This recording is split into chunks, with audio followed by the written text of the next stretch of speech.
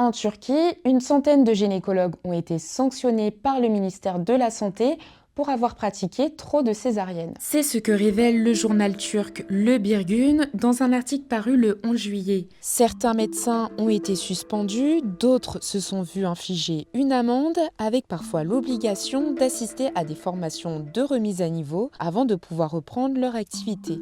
Cette décision, vivement critiquée par les syndicats de médecins, découle en fait de la politique nataliste du président conservateur Recep Tayyip Erdoğan en fonction depuis 2014. En 2025, avec sa campagne Décennie de la famille, le gouvernement multiplie les mesures répressives pour favoriser les accouchements par voie naturelle. La même année, le gouvernement avait d'ailleurs interdit les césariennes dans le secteur privé sans justification médicale. Une mesure qui vise un phénomène particulièrement répandu en Turquie. Le pays affiche le taux de césariennes le plus élevé des pays de l'OCDE, 615 interventions pour 1000 naissances en 2023. Un recours massif que certains médecins expliquent par la volonté des femmes turques de mieux anticiper leur accouchement. Time pressure, actually.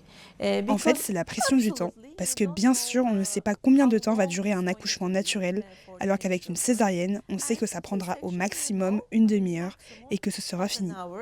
Pourquoi s'en prendre alors aux césariennes? Parce que le gouvernement estime que des césariennes répétées peuvent limiter le nombre d'enfants qu'une femme aura au cours de sa vie.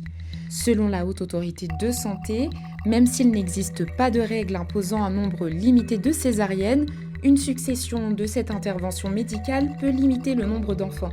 Le problème, c'est qu'en Turquie, le taux de natalité a diminué de moitié en 20 ans. Seulement 1,5 enfants par femme en 2025 contre 2,3 en 2001. Et pour enrayer cette baisse, en plus de chercher à limiter le recours aux césariennes, Ankara appelle les couples à avoir au moins 3 enfants. Ces sanctions marquent donc une nouvelle étape dans la campagne nataliste menée par le président Erdoğan.